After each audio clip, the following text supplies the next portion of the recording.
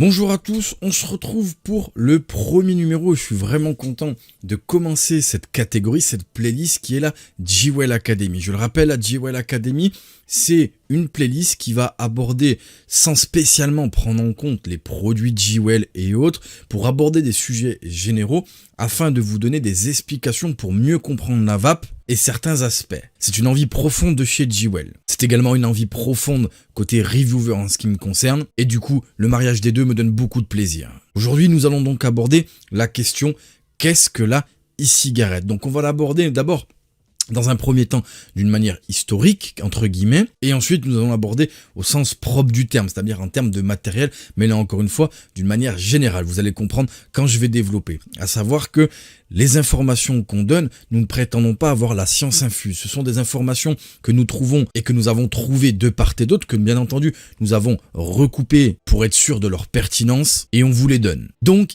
historiquement, là, ici. Donc m'en veuillez pas si je ne vous regarde pas tout le temps, j'ai mes notes un petit peu sur le côté.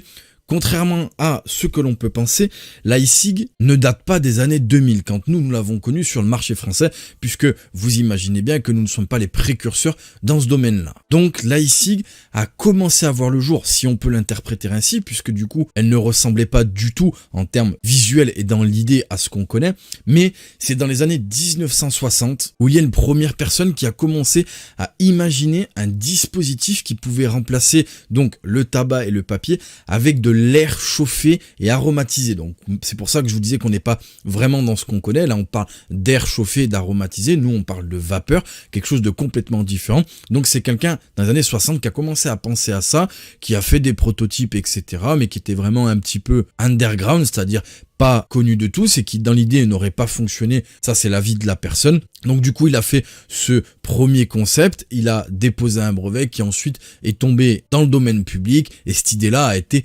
oubliée. Ensuite, nous avons une évolution aux alentours des années 2000 où une autre personne pense à ça et crée du coup un premier dispositif qui encore là est un petit peu différent de ce qu'on connaît puisque là c'est cigarette sans fumée à pulvérisation électronique. Donc on n'est pas encore exactement dans ce qu'on connaît nous. Et ça, c'est le point de départ puisqu'aux alentours des années 2008-2009, on a une troisième personne qui là invente la cigarette électronique moderne comme on la connaît par rapport au premier dispositif des années 2000. Mais là encore, donc c'est le point de départ et au fur et à mesure des années, ça a évolué et ça a donné ce qu'on appelle la e-cigarette moderne, donc comme nous on la connaît. Donc contrairement à ce qu'on peut penser, c'est quelque chose qui date quand même de pas mal d'années. Donc ça c'était pour le côté historique de la e-cig. Maintenant on va passer au côté matériel au sens propre du terme.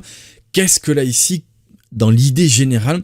Tout simplement, c'est un produit qui se compose de différents éléments. Le premier, un produit qui permet de délivrer de l'électricité à un deuxième élément qui va chauffer par le biais de différents moyens et qui va créer une vapeur qui va être aromatisée, nicotinée ou non. L'utilisateur va inspirer cette vapeur, va la recracher. Et bien entendu, dans l'idée, la e-cigarette est faite pour pallier au tabac. À l'heure d'aujourd'hui, il n'est clairement pas reconnu comme un dispositif de sevrage, mais l'idée de base est bien celle-ci. Nous n'irons pas plus loin en termes de matériel, puisque vous l'aurez compris, là on parle vraiment de quelque chose de très général. Et il y aura d'autres vidéos pour parler du matériel au sens propre du terme, c'est-à-dire qu'est-ce qu'un mode électromécanique, comment ça fonctionne réellement, où là ce sera des vidéos qui seront courtes, qui sont vraiment sur un sujet précis et on ira en profondeur à l'intérieur tout en vulgarisant la chose pour que vous le compreniez au mieux. Voilà pour la première vidéo de la Jewel Academy.